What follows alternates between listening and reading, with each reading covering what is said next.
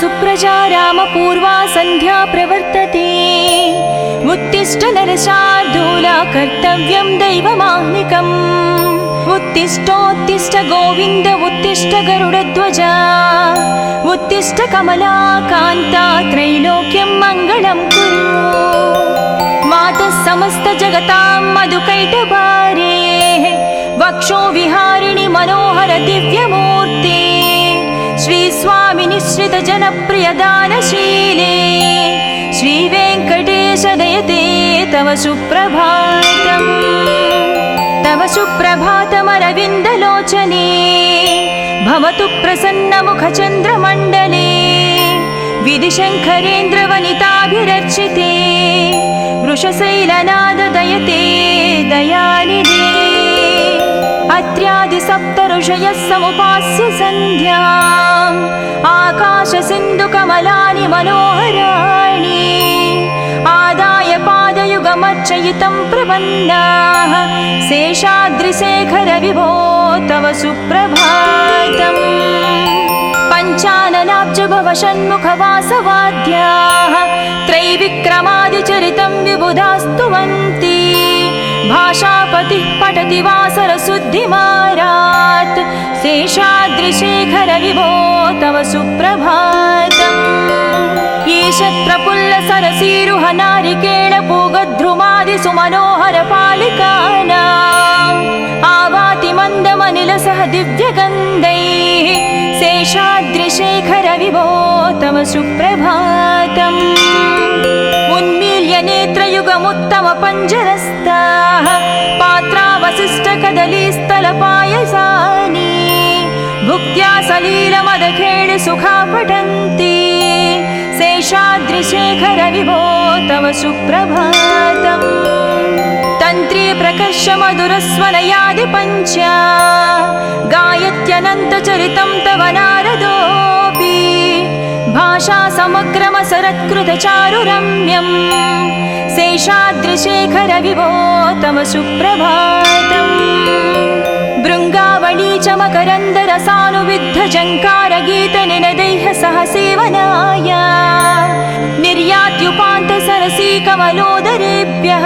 शेषाद्रिशेखर विभो तव सुप्रभातम्। योषा गणेन वरदत्नि विमध्यमाने गोशालयेषु दधिमन्थन तीव्रघोषाः रोषात् कलिं विदधते ककुपञ्चकुम्भाः शेषाद्रिशेखर विभो तव सुप्रभातम्। पद्मेशमित्रशतपत्रगतालिवर्गाः हर्तुं श्रियं कुवलयस्य निजाङ्गलक्ष्म्याः भेरीनिनादमनबिभ्रति तीव्रनादाम् शेषाद्रिशेखर विभो तव सुप्रभातम्। श्रीमन्नभीष्टवरदा किल लोकबन्धो श्री श्रीनिवास जगदेकदयैकसिन्धो श्रीदेवता गुहभुजान्तर दिव्यमूर्ते श्रीवेङ्कटाचलपते तव सुप्रभातम्। श्रीमन्नभीष्टवरदा किल लोकबन्धो श्री श्रीनिवास जगदेश दयैकसिन्धो श्रीदेवता गृहभुजान्तर दिव्यमूर्ते श्रीवेङ्कटाचलपते तव सुप्रभातम्। श्रीस्वामि पुष्करिणिकाप्लव निर्मलाङ्गाः श्रेयाधिनो हरविरिञ्चि सनन्दनाद्याः द्वारे वसन्ति वरनेत्रहतोत्तमाङ्गाः श्रीवेङ्कटाचलपते तव सुप्रभातम्। श्रीशेषशैलगरुडाचल वेङ्कटाद्रिनारायणाद्रिवृषभाद्रिवृषाद्रिमुख्या आख्यां त्वदीय वसतिरनिशं वदन्ति श्रीवेङ्कटाचलपते तव सुप्रभातम्। सेवापराः शिवसुरेश कृशानुधर्मरक्षो भुराद पवमानदनादिनाद बद्धाञ्जलिप्रविलसन्निधशीर्षदेशा श्रीवेङ्कटाचलपते तव सुप्रभातम्। दाटीश्रुते विहगराज मृगाधिराज नागाधिराज गजराज हयाधिराज स्वस्वाधिकारमहमाधिकमर्दयन्ते तव सुप्रभातम् सूर्येन्दुभौमबुधवाक्पति काव्यसौरि सद्भानुकेतु दिवि सत्परिसत्प्रधानाः त्वद्वासदापचरमावधिदासदासाः श्रीवेङ्कटाचलपते तव सुप्रभातम् तत्पादधूलिभरितस्फुरितोत्तमाङ्गाः स्वर्गापवर्गनिरपेक्ष निजान्तरङ्गाः कल्पागमाकलनया कुलताङ्गभन्ते श्रीवेङ्कटाचलपते तव सुप्रभातम् त्वद्गोपुराग्रशिखराणि निरीक्षमाणाः स्वर्गापवर्गपदवीं परमां श्रयन्तः मर्त्या मनुष्यभुवने मतिमाश्रयन्ते श्रीवेङ्कटाचलपते तव सुप्रभातम् श्रीभूमिनायक दयादिगुणामृताभे देवादिदेव जगदेश शरण्यमूर्ते श्रीमन्ननन्तगरुडाधिविरचिताङ्घ्रे श्रीवेङ्कटाचलपते तव सुप्रभातम् श्रीपद्मनाभ पुरुषोत्तम वासुदेव वैकुण्ठमाधव जनार्दन चक्रपाणे श्रीवत्सचिह्न शरणागत पारिजात श्रीवेङ्कटाचलपते तव सुप्रभातम् कन्दर्पदर्पहर सुन्दर दिव्यमूर्ते कान्ताकुचाम्बुरुह कुट्मललोलदृष्टे कल्याण निर्मल गुणाकर दिव्यकीर्ते श्रीवेङ्कटाचलपते तव सुप्रभातम् मीनाकृते कमठकोल नृसिंहवर्णिन् स्वामिन् परस्वर तपोधन रामचन्द्र शेषांस राम यदुनन्दन कल्किरूप श्रीवेङ्कटाचलपते तव सुप्रभातम् येलालवङ्घगनसार सुगन्धितीर्थम् दिव्यं वियत्सरितु हेमघटेषु पूर्णम् धृत्वाद्धवैदिकशिखामणयः प्रहृष्टाः तिष्ठन्ति वेङ्कटपते तव सुप्रभातम् भास्वानुदीति विकचाविसरोरुहाणि सम्पूरयन्ति निनदैककुभो विहङ्गाः श्रीवैष्णवाः सतमर्धितमङ्गलास्ते धामाश्रयन्ति तव वेङ्कटसुप्रभातम् ब्रह्मादयाः सुरवराः सुमहर्षयस्ते सन्तः सनन्दनमुखास्त्वदयोगिवर्याः धामान्तिके तव हि मङ्गलवस्तुहस्ताः श्रीवेङ्कटाचलपते तव सुप्रभातम् लक्ष्मीनिवास निरवध्य गुणैकसिन्धो संसारसागर समुत्तरणैकसेतो वेदान्तवेद्य निजवैभव भक्तभोग्या श्रीवेङ्कटाचलपते तव सुप्रभातम्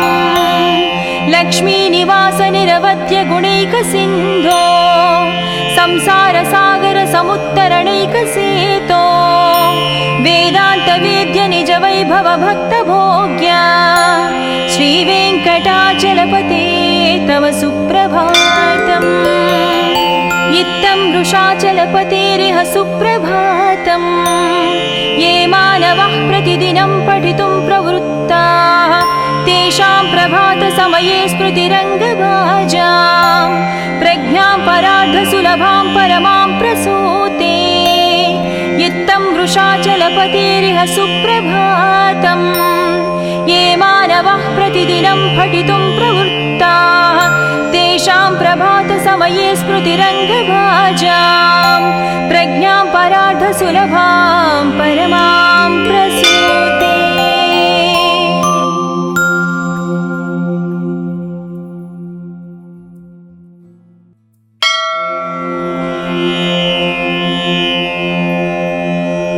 कौसल्या सुप्रजा रामपूर्वा सन्ध्या प्रवर्तते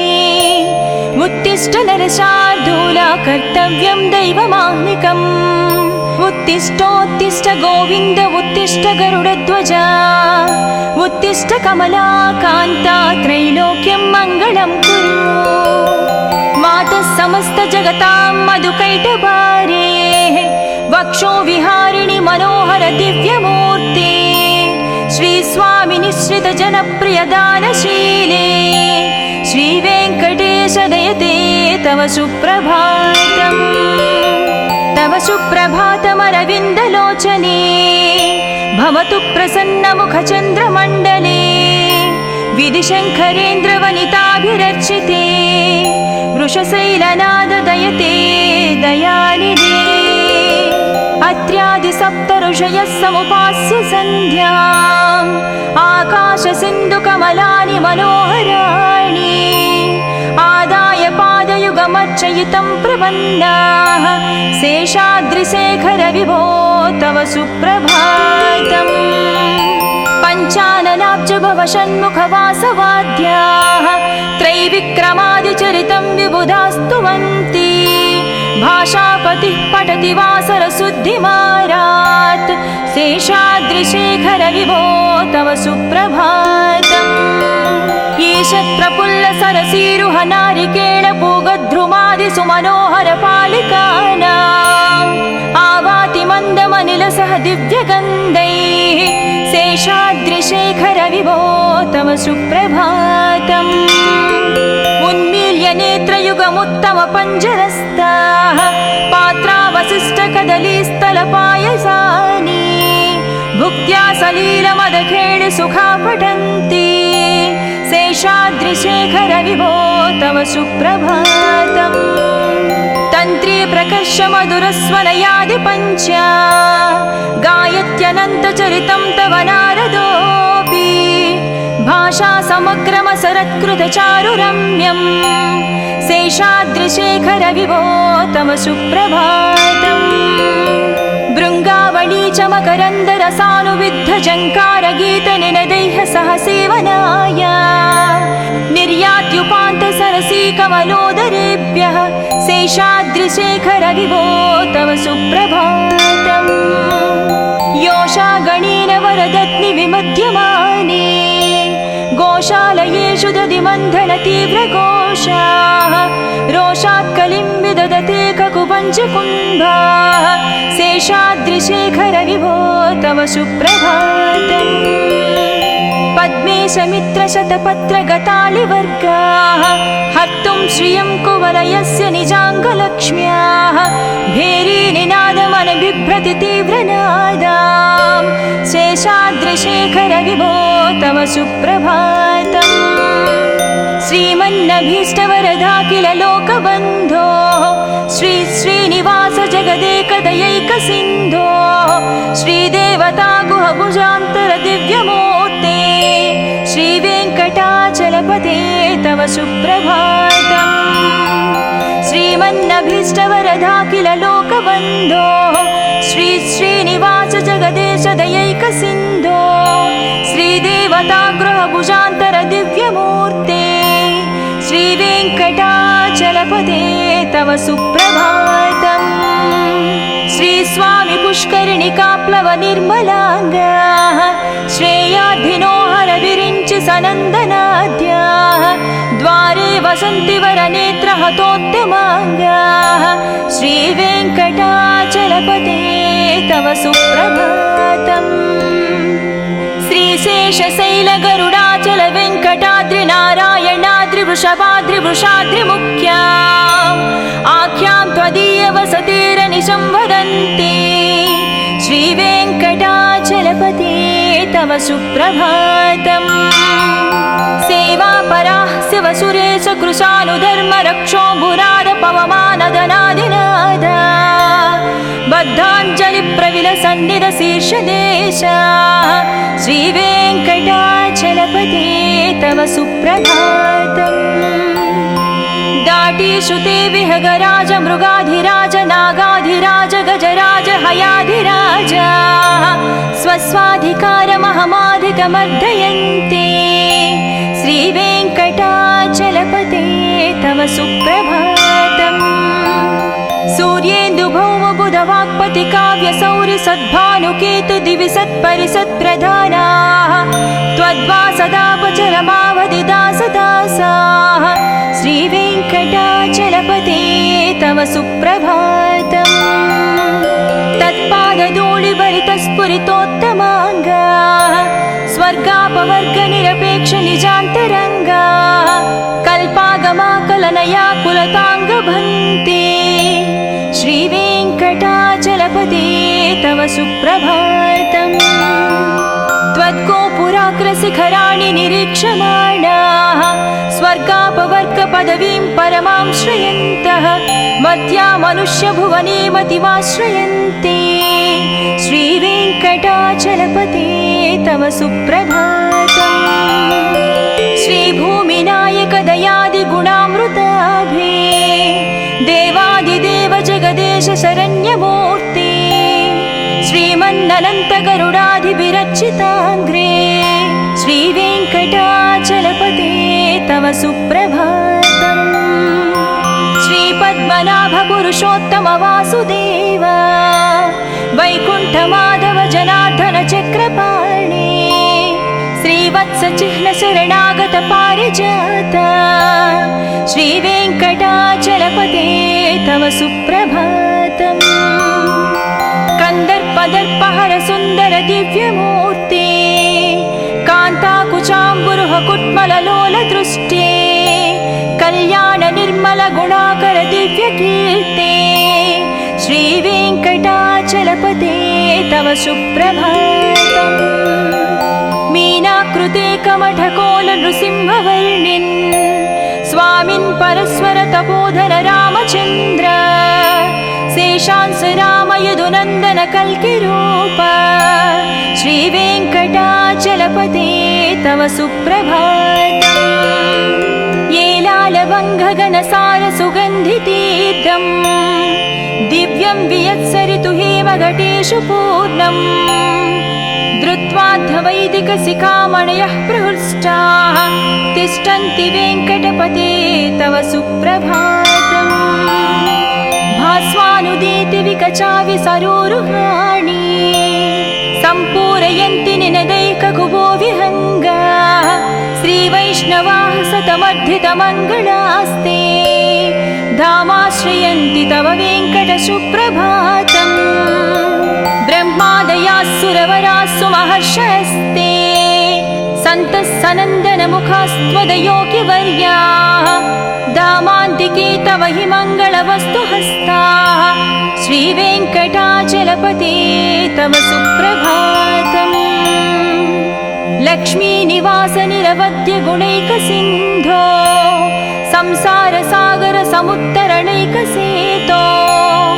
वेदान्तवेद्य निज वैभव भक्तभोग्या श्रीवेङ्कटाचलपते तव सुप्रभातम् लक्ष्मीनिवास निरवध्य गुणैकसिन्धो संसारसागर समुत्तरणैकसेतो वेदान्तवेद्य निज वैभव भक्तभोग्या श्रीवेङ्कटाचलपते तव सुप्रभातम् इत्थं वृषाचलपतेरिह सुप्रभातम् ये मानवः प्रतिदिनं पठितुं प्रवृत्ताः तेषां प्रभातसमये स्मृतिरङ्गभाजां प्रज्ञां परार्धसुलभां परमां प्रसूते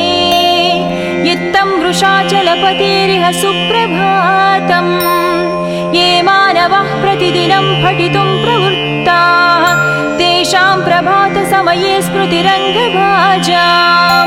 प्रज्ञां परार्धसुलभां परमां प्रसूते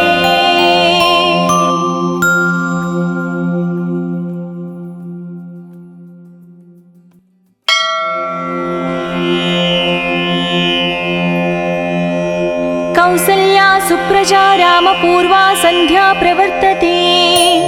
उत्तिष्ठ नरशार्दूला कर्तव्यं दैवमाह्निकम् उत्तिष्ठोत्तिष्ठ गोविन्द उत्तिष्ठ गरुडध्वजा उत्तिष्ठ कमलाकान्ता त्रैलोक्यं मङ्गलं कुरु मातः समस्त जगतां मधुकैटभारे वक्षो विहारिणि मनोहर दिव्यमूर्ते श्री स्वामी निश्रित जनप्रिय दानशीले श्रीवेङ्कटेश दयते तव सुप्रभातम् तव सुप्रभातमरविन्दलोचने भवतु प्रसन्नमुखचन्द्रमण्डले विधिशङ्करेन्द्रवनिताभिरर्चिते वृषशैलनाददयते दयानिधे अत्र्यादिसप्तऋषयः समुपास्य सन्ध्याम् आकाशसिन्धुकमलानि मनोहराणि आदाय पादयुगमर्चयितं प्रपन्नाः शेषाद्रिशेखर विभो तव सुप्रभातम्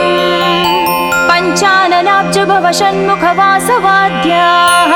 त्रैविक्रमादिचरितं विबुधास्तुवन्ति भाषापतिः पठति वासरशुद्धिमारात्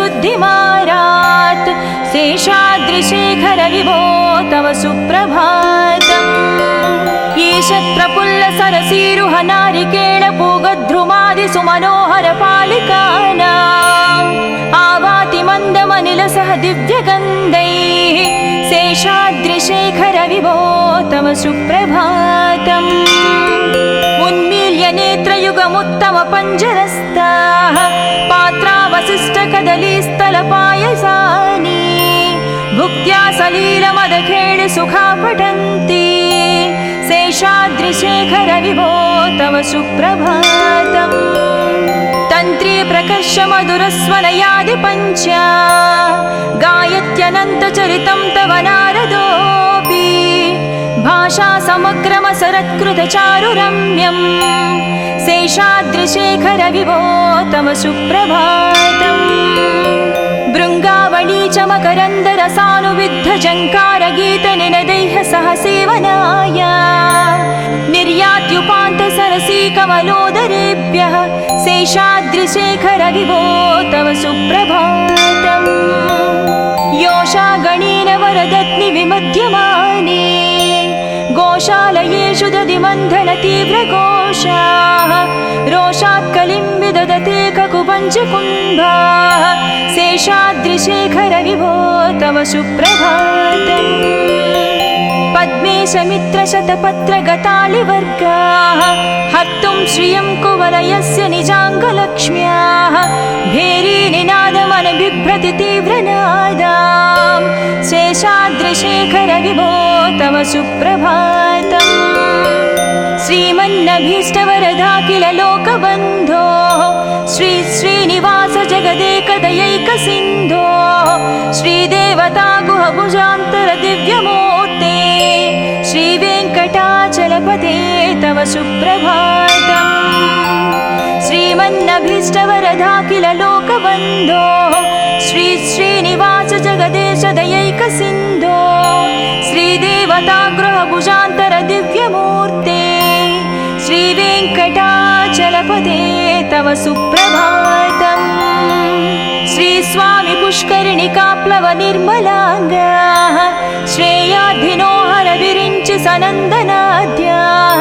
द्वारे वसन्ति वरनेत्रहतोत्तमाङ्गाः श्रीवेङ्कटाचलपते तव सुप्रभातम् श्रीशेषशैलगरुडाचल वेङ्कटाद्रिनारायणाद्रिवृषभाद्रिवृषाद्रिमुख्याम् आख्यां त्वदीयवसतिरनिशं वदन्ति श्रीवेङ्कटाचलपते तव सुप्रभातम् सेवापराः शिवसुरेश कृशानुधर्मरक्षोऽम्बुराद पवमानदनादिनादा बद्धाञ्जलिप्रविलसन्निधशीर्षदेशा श्रीवेङ्कटाचलपते तव सुप्रभातम् दाटीश्रुते विहगराज मृगाधिराज नागाधिराज गजराज हयाधिराज स्वस्वाधिकारमहमाधिकमर्दयन्ते श्रीवेङ्कटाचलपते तव सुप्रभातम् सूर्येन्दुभौमबुधवाक्पति काव्यसौरि सद्भानुकेतु दिवि सत्परिसत्प्रधानाः त्वद्वासदापचरमावधिदासदासाः श्रीवेङ्कटाचलपते तव सुप्रभातम् तत्पादधूलिभरितस्फुरितोत्तमाङ्गाः स्वर्गापवर्गनिरपेक्षनिजान्तरङ्गाः कल्पागमाकलनया कुलताङ्गभन्ते श्रीवेङ्कटा तव सुप्रभातम् त्वद्गोपुराग्रशिखराणि निरीक्षमाणाः स्वर्गापवर्गपदवीं परमां श्रयन्तः मर्त्या मनुष्यभुवने मतिमाश्रयन्ते श्रीवेङ्कटाचलपते तव सुप्रभातम् श्रीभूमिनायक दयादिगुणामृताभे देवादिदेव जगदेश शरण्यमूर्ते श्रीमन्ननन्त गरुडाधिभिरर्चिताग्रे श्रीवेङ्कटाचलपते तव सुप्रभातम् श्रीपद्मनाभ पुरुषोत्तम वासुदेव वैकुण्ठमाधव जनार्दन चक्रपाणे श्रीवत्स चिह्न शरणागत पारिजात श्रीवेङ्कटाचलपते तव सुप्रभातम् कंदर्पदर्पहर सुंदर दिव्यमूर्ते कान्ताकुचाम्बुरुह कुट्मललोल दृष्टे कल्याण निर्मल गुणाकर दिव्यकीर्ते श्रीवेङ्कटाचलपते तव सुप्रभातम् मीनाकृते कमठकोल नृसिंहवर्णिन् स्वामिन् परस्वर तपोधन रामचन्द्र शेषांस राम यदुनन्दन कल्किरूप श्रीवेङ्कटाचलपते तव सुप्रभातम् येलालवङ्घगणसार सुगन्धितीर्थम् दिव्यं वियत्सरितु हेमघटेषु पूर्णम् धृत्वाद्धवैदिकशिखामणयः प्रहृष्टाः तिष्ठन्ति वेङ्कटपते तव सुप्रभातम् भास्वानुदीति विकचाविसरोरुहाणि सम्पूरयन्ति निनदैककुबो विहङ्गाः श्रीवैष्णवाः सतमर्धितमङ्गलास्ते धामाश्रयन्ति तव वेङ्कट सुप्रभातम् ब्रह्मादयास्सुरवरास्सु महर्षयस्ते सन्तः सनन्दनमुखास्त्वदयोगिवर्याः दामान्तिके तव हि मङ्गलवस्तुहस्ताः श्रीवेङ्कटाचलपते तव सुप्रभातम् लक्ष्मीनिवास निरवध्य गुणैकसिन्धो संसारसागर समुत्तरणैकसेतो वेदान्तवेद्य निज वैभव भक्तभोग्या श्रीवेङ्कटाचलपते तव सुप्रभातम् लक्ष्मीनिवास निरवध्य गुणैकसिन्धो संसारसागर समुत्तरणैकसेतो वेदान्तवेद्य निज वैभव भक्तभोग्या श्रीवेङ्कटाचलपते तव सुप्रभातम् इत्थं वृषाचलपतेरिह सुप्रभातम् ये मानवः प्रतिदिनं पठितुं प्रवृत्ताः तेषां प्रभातसमये स्मृतिरङ्गभाजां प्रज्ञां परार्धसुलभां परमां प्रसूते इत्थं वृषाचलपतेरिह सुप्रभातम् ये मानवः प्रतिदिनं पठितुं प्रवृत्ताः तेषां प्रभातसमये स्मृतिरङ्गभाजां प्रज्ञां परार्धसुलभां परमां प्रसूते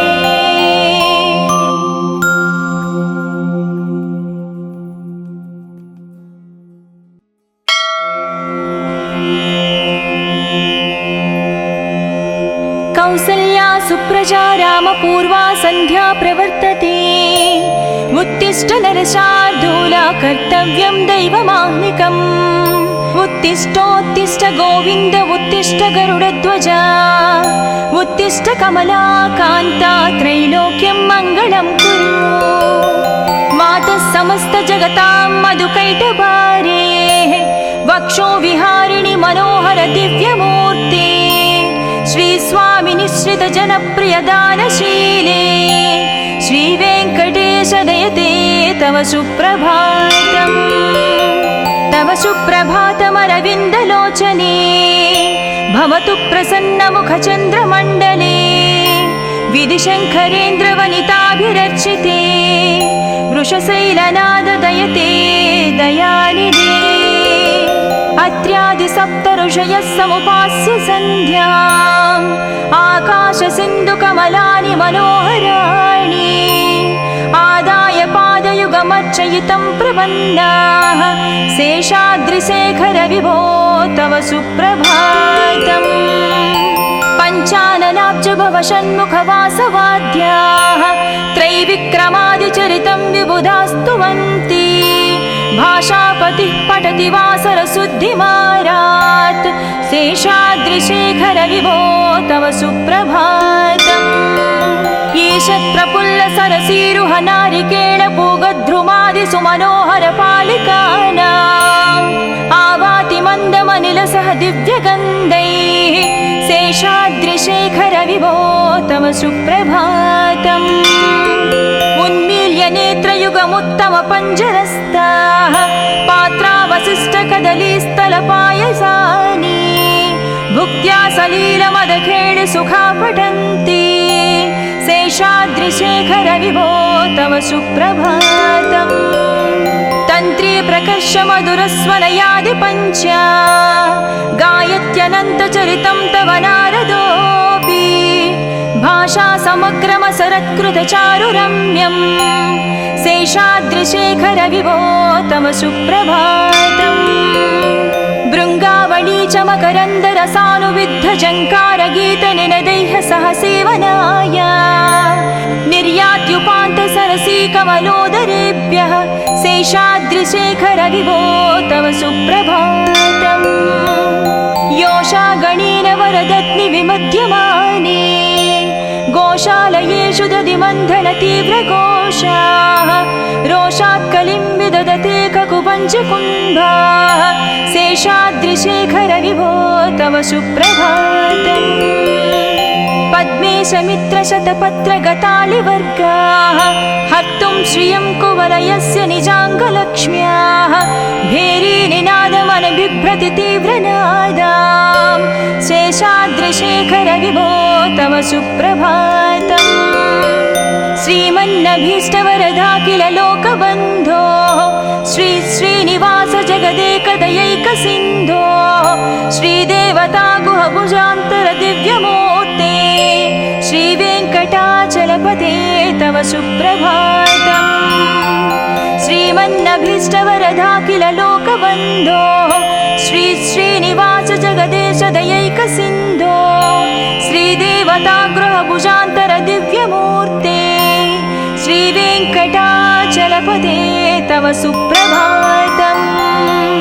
श्रीस्वामि पुष्करिणिकाप्लव निर्मलाङ्गाः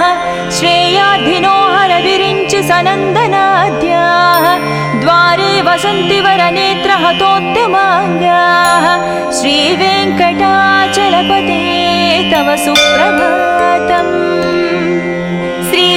श्रीशेषशैलगरुडाचल वेङ्कटाद्रि नारायणाद्रि वृषभाद्रि वृषाद्रिमुख्याम्